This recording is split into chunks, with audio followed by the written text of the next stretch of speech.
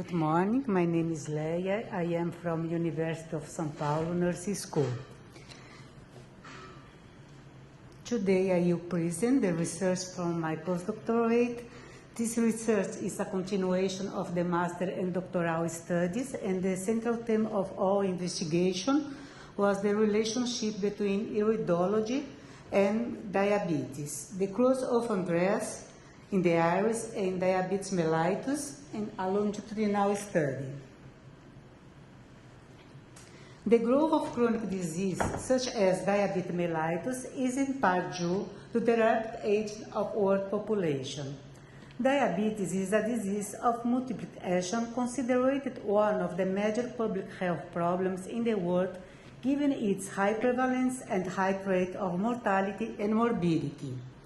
Type 2 diabetes accounts for over 85% of diabetes cases and is characterized by two metabolic defects: insulin resistance and low secretion of the hormone. It has genetic component but is linked to obesity, sedentary lifestyle, environmental factors such as urbanization, industrialization, increased life expectancy, and associated diseases such as heart problems, hypertension, increase of cholesterol level.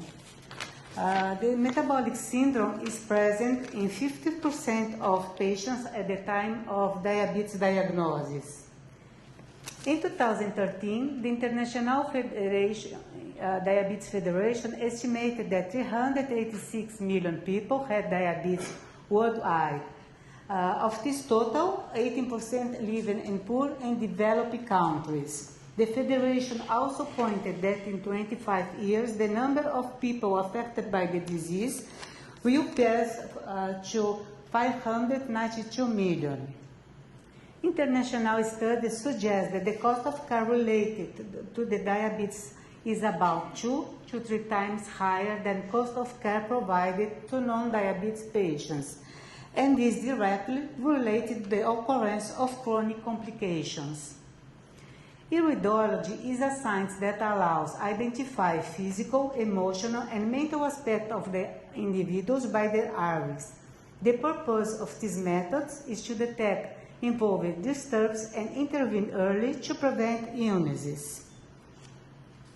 The iris is a microsystem fully formed at 6 years of age that contains information on the individual.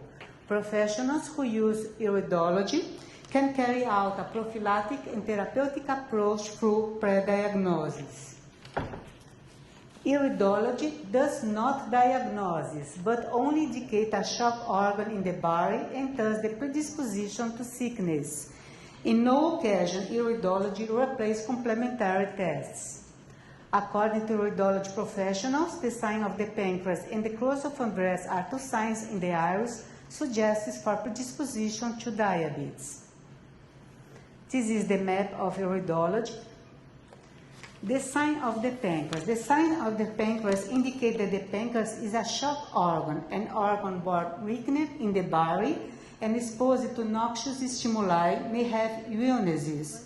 By identifying the pancreas as a shock organ, we can only say this is a weaker organ with predisposition to fall ill. In the map of iridology, the pancreas is located at right iris at 7 o'clock, comparing the iris to a clock. The signs showing decrease in tissue density, such as fiber apertures, indicate the organ weakness. In these signs, the pancreas is a shock organ. This is a gap. The cross of Andreas, studied by German iridology, is the other sign. That refers, this science is studied by German iridology that refers to the signs as specific indicative of predisposition for diabetes mellitus. The cross of Andreas can be viewed in both eyes at the form of 4 gaps located at 10, 20, 40, and 50 minutes, comparing the iris to a clock. These gaps also means less dense and weak tissues predisposed to illnesses. These iris show the 4 gaps of the cross of Andreas. This is the abstract of my master study and doctoral study. In the master study participated 97 individuals with diabetes. The aim of the study was to determine the prevalence of the radiologic signs such as sign of the pancreas of Andreas. After the iris analysis, it was found that adjusted prevalence was 19% and 89% respectively.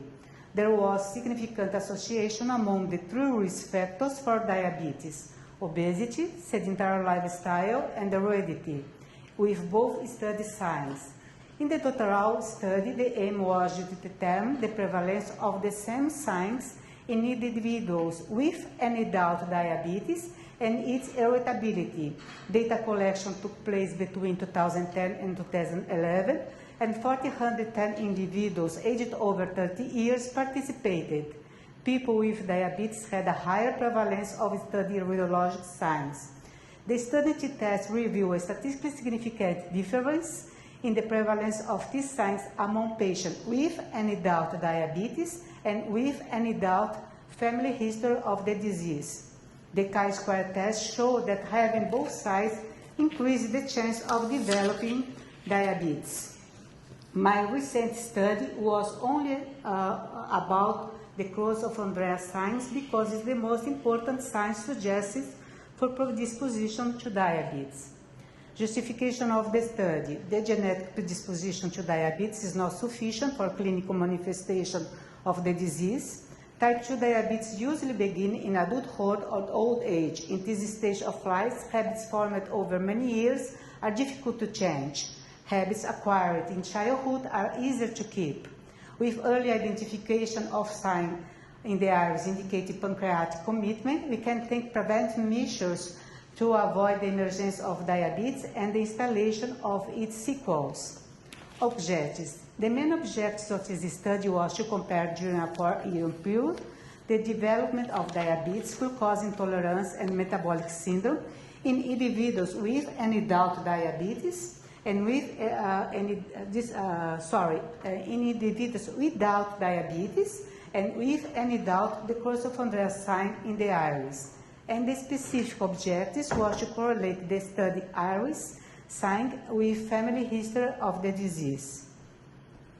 Hypothesis. The hypothesis was that individuals with the sign of the cross of Andreas in the iris will develop diabetes, glucose intolerance, and metabolic syndrome more frequently. Methods. Type of study. This is a prospective descriptive cohort study of quantitative approach. Study location. The study was carried out at the Teaching Health Center Geraldo de Paula Souza of the Public Health School, University of São Paulo. The sample was taken from part of doctoral study, database collected in 2010, consisting of 215 individuals without diabetes. This sample comprised 108 volunteers divided into two groups, 54 individuals with the cross of Andreas and 54 without the sign. The inclusion criteria were the following: being enrolled and in treatment at the Teaching Health Center, adult aged over 40 years, and knowledge about family history of the disease of diabetes.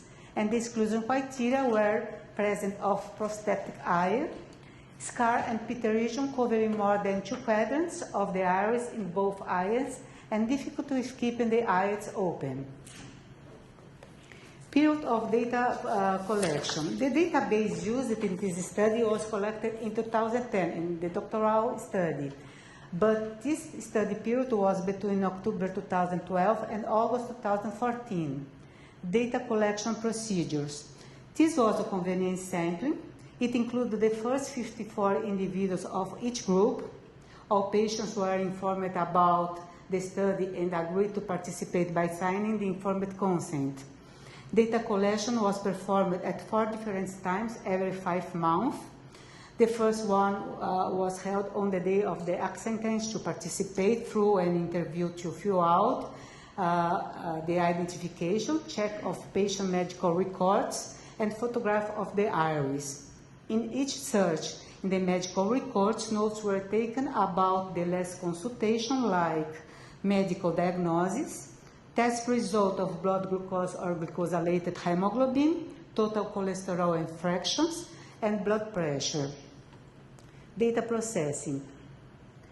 Data were processed by number and percentage. The statistical test used was the Pearson chi-square test.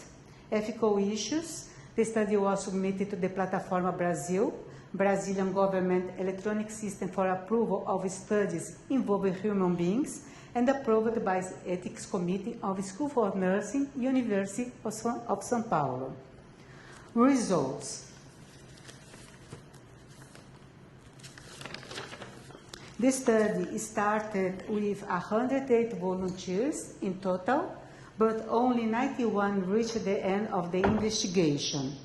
At the first times were included 108 volunteers divided into two groups, one with 54 individuals with the Cross of Andreas sign, and the other without the Cross of Andreas.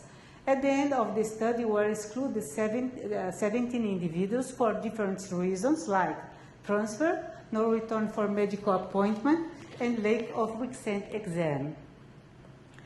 The sample was comprised of 76.9% of women and 23.1% of men, aged between 42 to 79 years, and the mean age was 61.5 years. In this table, I show the characterization of both groups. In the group without the sign, formed by 46 volunteers, the mean age was 60 years. 17.8% had family history of diabetes. 51.2% had the sign of the pancreas, the other sign that suggests predisposition to diabetes.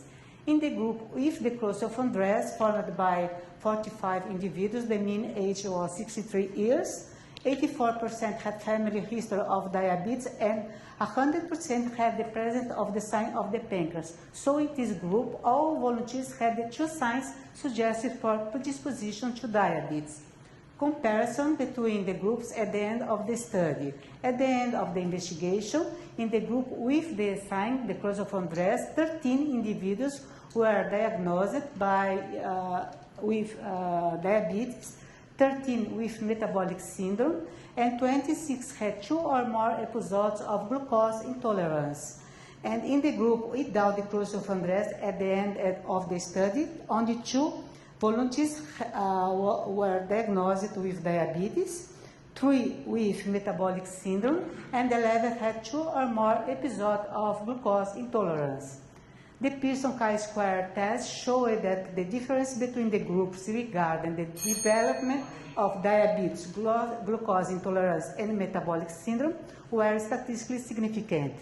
The sign of the Cross of Andreas had statistically significant association with family history of diabetes. Conclusions. At the end of the 4 years, the group of volunteers with the sign of the Cross of Andreas in the iris developed more diabetes, glucose intolerance, and metabolic syndrome than the group of volunteers without the sign. The Cross of Andreas had statistically significant association with family history of diabetes. So, the Cross of Andreas indicates predisposition to diabetes. This is the reference. This is my email. Thank you for your attention. Okay, thank you. Here is the certificate. Okay, thank you. Thank you. Okay, thank you. Yeah. I have some questions. Okay. Next speaker will be